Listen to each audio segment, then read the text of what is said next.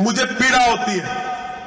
आज जब ये पता कि जवाहर टीम की यहां सभा होने वाली है, पद यात्रा होने वाली है, तो एक व्यक्ति जो कहता है कि छोटी वोट मेरी जेब में है, मुझे लगता है उसको तमाचा मारना चाहिए जो किसी वोट को छोटी बताता है। और जो वहां गए उन्होंने वहां से भी फोन किए, भाई जा तो हम इसकी बस में रहे हैं, हमने एक बार बरत कर देख लिया, 5 साल में कहीं दिखा नहीं, चिंता न करो, इस बार बस इसकी इस्तेमाल करेंगे और वोट कमल के फूल को देंगे, इस बार इसको सबक सिखाएंगे। कोई व्यक्ति आपके बीच आता होगा, वो कहता होगा मैं एमएलए रहा, मैं मंत्री रहा, मेरे पिताजी रहे, मेरे दादाजी रहे। एक व्यक्ति कहा होगा कि मैंने इतने करोड़ों रुपए बांट दिए और मैंने बादशाहपुर विधानसभा का हर एक गरीब को खेल लिया। उसको ये नहीं पता कि गरीब कभी बिकता नहीं है, तुमसे प्यार समझाता, गलतफहमी में दे दी होगी वोट।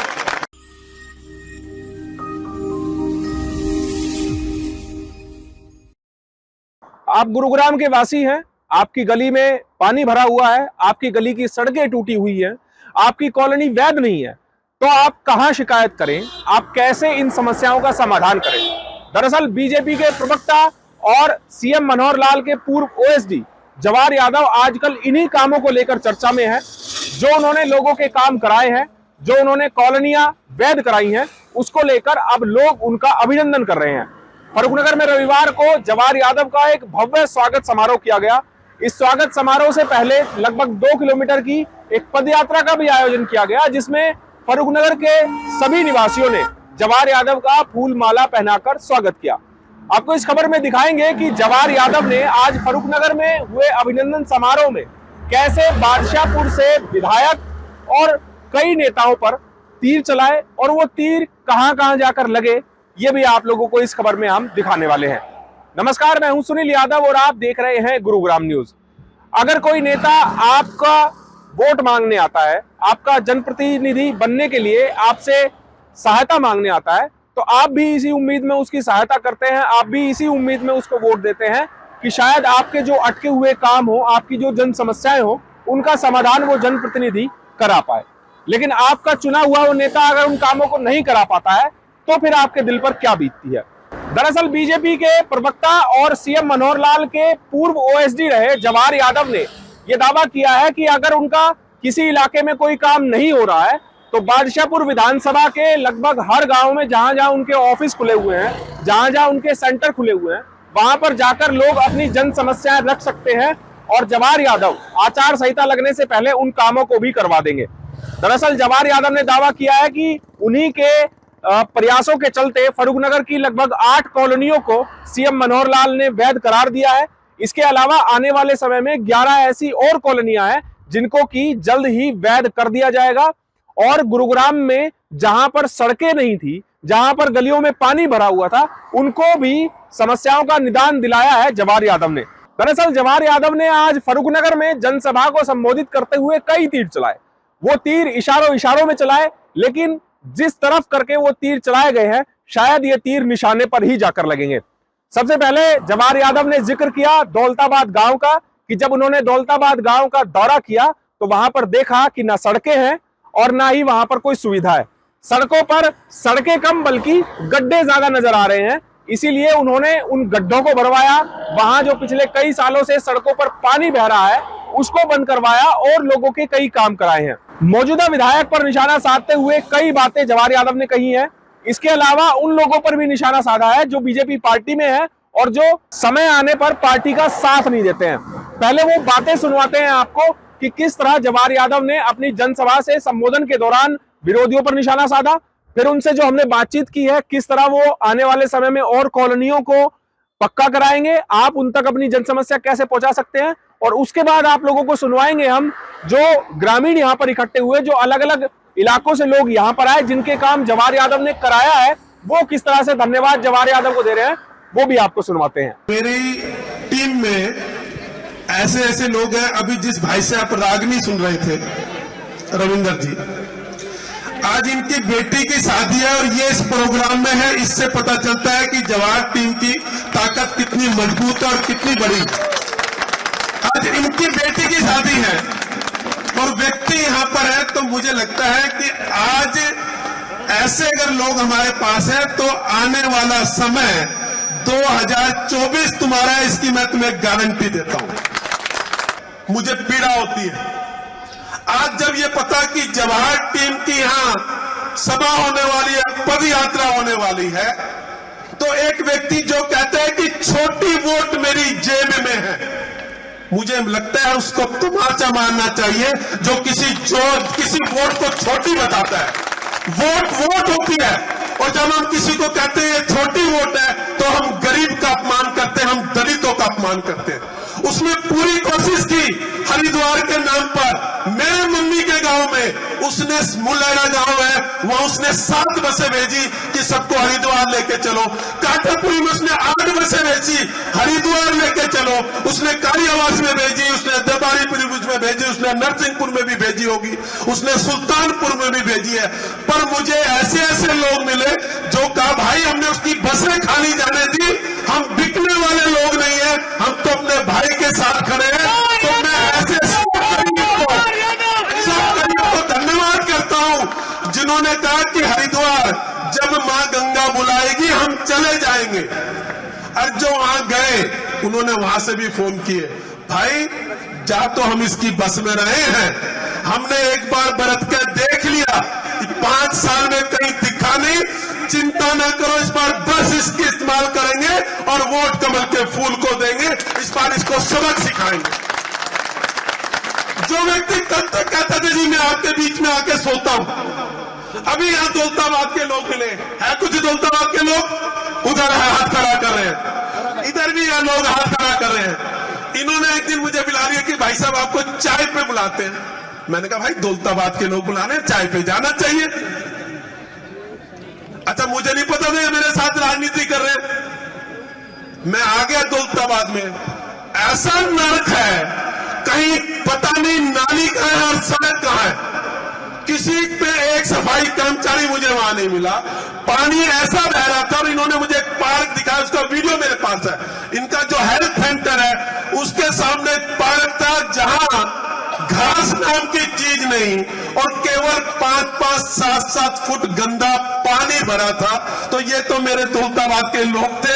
उस दिन इन्होंने कहा कि भाई साहब अब हम आज से भारतीय जनता पार्टी के साथ हैं, तो इसमें वर्तमान सरपंच भी है भाई, हाँ वर्तमान सरपंच भी है। उन्होंने कहा जवाहर भाई हम तो काम करने वाले के साथ आएंगे, हमारा एक ही जाति है, हमारा एक ही गांव है, जो काम करेगा वो हमारे दिल में बसेगा।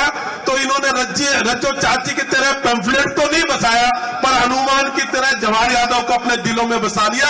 ऐसे दौलताबाद के लोगों के लिए मैं बहुत बहुत धन्यवाद करता हूं।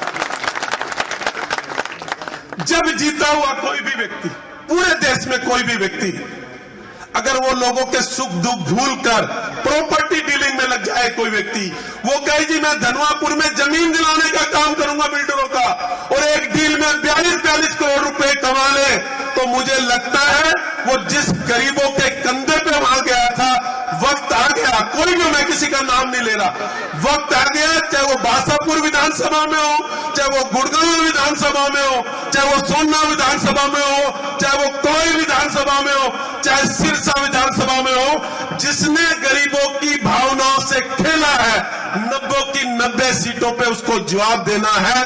देना चाहेंगे ऐसे लोगों को जिन्होंने गरीबों के घर में आया सोया, आज वो हमारे बीच नहीं आते। हमने किस लिए चुना? मेरा राजनीति में स्थापित होना आपके लिए किस लिए जरूरी है वो समझाता हूं। कोई व्यक्ति आपके बीच आता होगा, वो कहता होगा मैं एमएलए रहा, मैं मंत्री रहा, मेरे पिताजी रहे, मेरे दादाजी रहे। एक व्यक्ति कहा होगा कि मैंने इतने करोड़ों रुपए बांट दिए और मैंने बासापुर विधानसभा का हर एक गरीब को खेल लिया। उसको ये नहीं पता कि गरीब कभी बिकता नहीं है, तुमसे प्यार समझाता, गलतफहमी में दे दी होगी वोट। मेरा राजनीति में स्थापित इसलिए होना जरूरी है। आप जितने लोग यहां बैठे हैं, आप में से कोई कह सकता हो आपका पिताजी एमएलए रहा हो, आप में से कह सकता है कि कोई आपका दादा एमएलए रहा हो। ना मेरा पिताजी एमएलए रहा, ना मेरा दादा एमएलए रहा, ना मेरा भाई एमएलए रहा। अगर जवाहर यादव बनेगा तो आप कह पाओगे कि आपका भाई है। जवाहर यादव जी हमारे साथ हैं और किस तरह उन्होंने फर्रुखनगर की 8 कॉलोनियों को वैध करार करवाया, जहां रहने वाले हजारों लाखों लोगों को फायदा मिला है, और अब किस तरह से आने वाले समय में भी इधर की कुछ और कॉलोनियां हैं जो बादशाहपुर विधानसभा में, उनको भी पक्का कराने का काम अब जवाहर यादव कर रहे हैं। उन्हीं से हम जानते हैं। जवाहर जी, आज लोगों ने स्वागत किया है आपका क्योंकि आपने कॉलोनियां वैध कराई हैं। जो मौजूदा प्रतिनिधि हैं, क्या लगता है आपको कि क्या केवल उनकी इच्छा शक्ति नहीं थी या वो काम नहीं कर पाए? जो काम वो नहीं करा पाए, आपने वो काम जनता की चुटकियों में करा दिया। देखिए, मैं किसी पर टिप्पणी नहीं करूंगा। मुझे तो पता है कि माननीय मुख्यमंत्री श्री मनोहर लाल जी ने इतना अच्छा सिस्टम कर रखा है। अगर किसी की भी ये इच्छा शक्ति है कि वो काम करना चाहता है तो हर एक व्यक्ति के लिए काम करने का स्थान उपलब्ध करा रखा है। आज इनसे हम मिले, ईगो नहीं रखी। लोगों को लगता है कि मैं जेई को बुलाऊं, उसको बुलाऊं, अधिकारी को। मैं उठकर अधिकारियों के पास गया। मैं तब भी गया जब मैं ओएसडी नहीं था, मैं तब भी गया जब मैं ओएसडी था, क्योंकि ये प्रक्रिया उसके बीच चली थी। हमारा मुख्य मुद्दा ये था कि पहले समस्या को समझना, उस समस्या का समाधान कैसे होगा वो करना, और वो लेकर अधिकारियों के पास जाना। बाकी लोग केवल फ़ोन करके छोड़ देते हैं कि जी मैंने फ़ोन कर दिया, देख लो। हमने इतना किया, मेरी टीम ने इतना किया कि उसने एक एक चीज़ों को, समस्या को पकड़ा और उसको हल किया। कहीं अगर कोई रास्ते की प्रॉब्लम थी, उसका वो रास्ता पूरा नहीं बन रहा था, तो उस रास्ते को कैसे चौड़ा कराया के इसमें शामिल किया जा सकता है। ऐसे ही अगर कहीं किसी ज़मीन में सेक्शन 4, 7, 6 का नोटिस था, तो उस एरिया को छोड़कर बाकी कैसे हैं। न्यू पालम विहार में तो मज़ेदार चीज़ें हुई। वहाँ प्लानिंग करके कुछ लोगों के द्वारा ऐसे बड़ा एरिया उसमें शामिल किया जा रहा था जो खाली था, जिस पे आगे फ्यूचर की कॉलोनी काटने की प्लानिंग थी, जिससे वो इसके साथ जोड़ दो। इसके कारण वो कॉलोनी पास नहीं होगी। अगर हो भी गई तो उसका डेवलपमेंट चार्ज जो नए लोग होंगे उनको रजिस्ट्री के समय देना पड़ेगा। उन पे 10-10, 20-20 लाख रुपए उनको रजिस्ट्री कराते वक्त देने थे। उन चीज़ को समझा। मैं उनके बीच गया, मैंने कहा लड़ना होगा, मैं लड़ूंगा। आपकी कॉलोनी में ये हमने वो एरिया उसमें से हटवाया, वो कॉलोनी पास की गई। इसमें बड़े लोग थे, इसमें पॉलिटिकल और भी कॉलोनीज हैं जो पाइपलाइन में। अभी फर्रुखनगर की ही 11 कॉलोनियाँ हैं जो पाइपलाइन में है, उसकी हम फाइट कर रहे हैं, और बाकी चीज़ों को हम धीरे धीरे ठीक कर रहे हैं, और कॉलोनियाँ अभी पास होनी है। फर्रुखनगर की 11 कॉलोनियाँ बची हुई है। ये तो रही कॉलोनी की बात, लेकिन एक जो मुद्दा सबसे बड़ा है गुरुग्राम में, वो ये कि जो स्टिल्ट +4 की बिल्डिंगें बनती हैं, फ्लैट बनते हैं, उसको लेकर लोग काफ़ी इंतजार में हैं। उसके लिए कोई प्रयास आपका? इस पे मुझे लगता है कि जल्दी शायद आचार संहिता से पहले जो भी अंतिम निर्णय लेना होगा ले देंगे। ऐसे ही हमने जो मुख्यमंत्री जी के पोर्टल के कारण जिस तरह से गरीबों को पीले राशन कार्ड मिलने थे, बादशाहपुर विधानसभा में हमने उन पीले कार्डों पर काम किया। आज यहाँ लोग मुझे पीले राशन कार्ड वाले भाई के नाम से जानते भी हैं। 40,000 से ऊपर परिवारों को बादशाहपुर में पीले राशन कार्ड मिले हैं, जिसमें लगभग 300 से ऊपर कैंप टीम जवाहर ने लगाए हैं। गांव-गांव जाके लगाए हैं, कॉलोनी कॉलोनी लाके। मैंने बताया कि केवल एक मोहम्मद हेडी, वहाँ हमारे एक कार्यकर्ता के भाई की डेथ हो गई थी, और एक तेजपाल तंवर का जिसमें 200-250 घर है, रामगढ़ का, जिसमें कोई गरीब नहीं है। उन 2 जगह को छोड़कर कोई गली नहीं बची, कोई मोहल्ला नहीं बचा, कोई सेक्टर नहीं बचा, कोई सोसाइटी नहीं बची जिसमें हमारे कैंप ना लगे हों। तो ये इच्छा शक्ति की बात है। और हमने 6 ऑफिस विधानसभा में खोले हैं, जहाँ कोई भी जाके निःशुल्क अपना काम करा लेता है, चाहे आधार का हो, चाहे पीले राशन कार्ड का हो, चाहे आयुष्मान का हो, चाहे विधवा पेंशन का हो। इन सब पर हमने काम करने का काम किया है। तो ये हमारी इच्छा शक्ति थी, इसलिए हम कर पाए। किस लोगों की इच्छा शक्ति नहीं होगी वो नहीं कर पाए होंगे। तो क्या अभी भी अगर किसी के कोई काम अटके हुए हैं तो वो जवाहर भाई से संपर्क करें? बिल्कुल, एरिया अनुसार हमारे ऑफिस खुले, वहाँ कले, मेरी भी जरूरत नहीं है। और उसके बाद भी अगर कोई दिक्कत आती है, पालम विहार में सुबह 9 से 11 बजे तक अगर मैं गुरुग्राम में हूँ, कोई भी आके मिल सकता है। चलिए, तो जवाहर यादव का ये वादा है लोगों से कि अगर अभी भी आपके काम नहीं हो रहे हैं तो आप जवाहर यादव से संपर्क कीजिए। जिस तरह पहले वो काम कराते आए हैं बादशाहपुर विधानसभा क्षेत्र के लोगों के, उसी तरह आगे भी कराते रहेंगे। मेरे सहयोगी मोनू के साथ मैं सुनील यादव, गुरुग्राम न्यूज। जवाहर यादव के आज स्वागत समारोह में जो लोग पहुंचे हैं वो काफी उत्साहित हैं। उनका क्या कहना है वो भी आप लोगों को सुनवाते हैं कि आखिरकार इतनी भीड़ अभी जवाहर यादव को समर्थन देने क्यों आ रही है और क्या वो चाहते हैं, और उन जो अभी तक काम कराए हैं जवाहर यादव ने मुख्यमंत्री के ओएसडी रहते हुए, उससे वो लोग कितना खुश है। सर, आपका नाम क्या है और कहाँ के रहने वाले? मेरा नाम सतवीर सिंह यादव है और मैं Gurgaon sector 37C RW president. Satish ji, ये बताइए कि आप जवाहर यादव को क्यों सपोर्ट कर रहे हैं और ओएसडी रहते हुए ऐसे क्या उन्होंने जनप्रतिनिधि के तौर पर लोगों के काम करा दिए हैं जो आज लोग इतने खुश हैं जवाहर जी को देखकर? मैं अपने अपने सेक्टर की समस्याएं बताता हूं जी। हमारे सेक्टर के अंदर बहुत समस्याएं थी। अवैध कब्जे थे प्लॉटों के अंदर, जो कि हम पहले जो हमारे जनप्रतिनिधि हैं सत्ता पक्ष के राकेश दौलताबाद जी, उनके दरबार में गए, बहुत बार उनसे एप्लीकेशन दिया, पर्सनली मिले, हाजिरी लगाई, लेकिन उनसे हमारी कोई भी समस्या हल नहीं हुई। हमारे सेक्टर के अंदर दुनिया भर के गड्ढे थे और अवैध कब्जे थे। हमारा सेक्टर गाड़ोली गांव के नज़दीक है और बहुत वहां पर इलीगल काम होते थे। उसके बाद हम तंग आकर के बाद में हम ओएसडी साहब से मिले। जवाहर भाई ने हमारा तुरंत काम करा दिया, रोड के गड्ढे भरवा दिए और जो अवैध कब्जे थे सेक्टर के अंदर सबको हटवा दिया, फोर्स बुलाई। तो हमारे जो सेक्टर के निवासी हैं मेरे को कहते हैं जी सतवीर जी, हमारा अगर जनप्रतिनिधि जो हो तो जवाहर भाई जैसा हो। हम उनका बहुत शुक्रगुजार करते हैं और हमारे बहुत काम कराए जी। आपको क्या लगता है कि जो अभी विधायक है वो ठीक तरीके से काम नहीं करा पा रहे हैं, लेकिन जवाहर जी में वो दम है कि अगर इनको सीट सौंपी जाती है तो वो सब काम करा देंगे जो अभी तक बादशाहपुर विधानसभा में अटके हुए हैं? बिल्कुल बिल्कुल, जवाहर जी में बहुत ज़्यादा दम है। हमने तो देखा कि खड़े खड़े फ़ोन के ऊपर काम होते हैं, तुरंत फ़ोन किया तुरंत काम हुए, कोई टाइम नहीं लगा। हमारे तो काम 2 या 3 दिन में सारे काम निपट गए थे। जितने भी काम थे सब बहुत ही अच्छे तरीके से हुए और सब जितने अवैध कब्जे थे सब हट गए। आप बाबूजी, आपका नाम क्या है, कहाँ से आए आप? हम जी मारुति कुंज से आए जी। क्या आपका इलाके का क्या काम कराया जवाहर जी ने जो नहीं हो रहे थे? जो अर्जुन जी हम तो जी बहुत परेशान हो लिए थे, सभी ऑफिस हम जा लिए था। मैं ये के है दौलताबाद राकेश के पास भी 50 बार जा लिया। हमारे बच्चा के 50-100 घर बन रहे हैं, 150 घर के करीब है मारुति कुंज। हमारा कोई पानी पीने का कोई साधन नहीं था। जवाहर यादव जी के पास आए, हम अपने बच्चों ले गया मैं, तो इन्हें रिक्वेस्ट मंजूर कर ली। हमारे को कहा अंकल जी पानी तुम्हारे को ज़रूर दिलाऊंगा। हमारे लिए तो ये दूसरा मोदी जी हैं।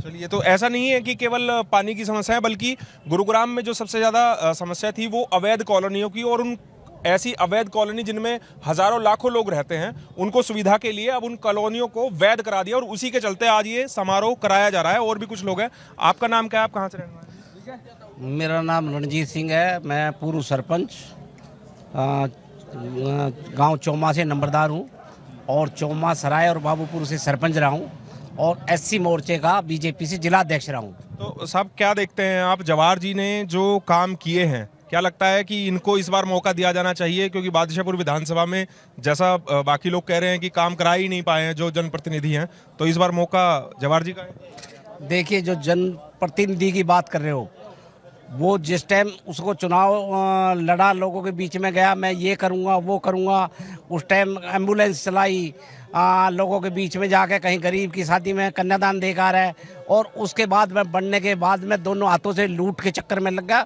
और उसके बाद में आज तक ना तो किसी गांव में गया है और ना लोगों की जो समस्या रही है, लोग चक्कर काटते रहे, उसने मिलना ही बंद कर दिया और ना लोगों की समस्याओं का समाधान हुआ है। आज ग्राउंड लेवल पर उसका कोई अस्तित्व ही नहीं है। जवाहर यादव जी जो हैं, मतलब ग्राउंड लेवल के एक नेता हैं और लोगों के बीच में रहते हैं, लोगों की समस्याएं सुनते हैं।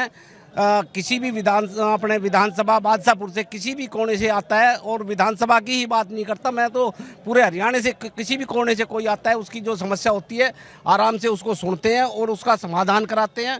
मौके पे किसी अफसर को कहना अफसर को कहते हैं, और खुद भी जाने वाली बात रहती है तो खुद उठ के जाते हैं और उसका समाधान कराते हैं लोगों का। जवाहर जी पिछले लगभग 9-10 सालों से सीएम मनोहर लाल की परछाई के तौर पर रहे हैं, अब वो जमीन पर उतरे हैं और आ रहे हैं कि अब मैं आपका प्रतिनिधि बनता हूं और प्रतिनिधि बनकर आप जो काम नहीं हुए हैं वो आप लोगों के कराएंगे। तो किस तरह से सपोर्ट आप लोगों का जवाहर जी को रहेगा और किस तरह के काम आप मानते हैं कि हो जाएंगे उनके आने के बाद? सपोर्ट तो ये देख लो जी, आप जहाँ भी कहेंगे वहीं खड़े पाते हैं। जहाँ जवाहर जी ने बोल दिया वहीं खड़े पाएंगे, तो इससे बड़ी सपोर्ट नहीं हो सकती। ठीक है, जो हमारे काम कराएगा हम उसके साथ लगे रहेंगे और काम करेंगे और तन मन धन से सब साथ रहेंगे।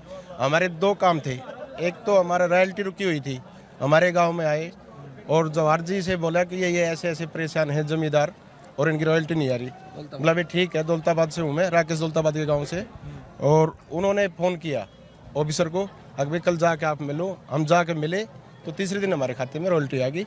इससे बढ़िया काम क्या होगा जी, एक फ़ोन के ऊपर काम होते हैं। तो अब चाहेंगे आप लोग कि जवाहर जी को इस बार टिकट दी जाए और उनको आप विधायक बनाएं? हाँ जी, हमारा भी मुआवजा रुका हुआ था, हमारा मुआवजा दिलाया जी उन्होंने। 100 करोड़ रुपए से भी ऊपर मुआवजा था। ये मोहम्मद अड़ी गांव से 100 करोड़ से भी ऊपर था। 1 महीने का टाइम दिया, जो कि 28 दिन में काम हो गया, सारा आ गया जी। चलिए, तो इस तरह के कुछ काम हैं जो जवाहर यादव ने सीएम की परछाई रहते हुए करा दिए हैं लोगों के, और अब लोग उम्मीद कर रहे हैं कि इस बार बादशाहपुर में उनको जनप्रतिनिधि बदलना है और जवाहर यादव को इस बार चुनाव जिताना है। मेरे सहयोगी मोनू के साथ मैं सुनील यादव, गुरुग्राम न्यूज। बीजेपी प्रवक्ता जवाहर यादव का कहना है कि जरूरी नहीं है कि आपके पास कोई पद है तभी आप जनता की सुनवाई के लिए कोई प्रयास करेंगे, बल्कि आप एक आम कार्यकर्ता होते हुए भी जनता की समस्याओं को सुलझा सकते हैं, और अगर प्रयास करेंगे तो आपको सफलता अवश्य ही मिलेगी। अब जवाहर यादव ने लोगों से दावा किया है कि अगर आपकी कोई समस्या है तो आप उनके सेंटर पर जाकर बता सकते हैं, और जवाहर यादव कोशिश करेंगे कि आपकी समस्या का निदान जल्द से जल्द हो जाए। इस खबर के बारे में आप हमें अपनी राय कमेंट करके जरूर दीजिएगा। साथ ही साथ आप इस खबर को जरूर शेयर कीजिएगा ताकि सभी लोगों तक सही जानकारी सही समय पर पहुंच पाए। नमस्कार।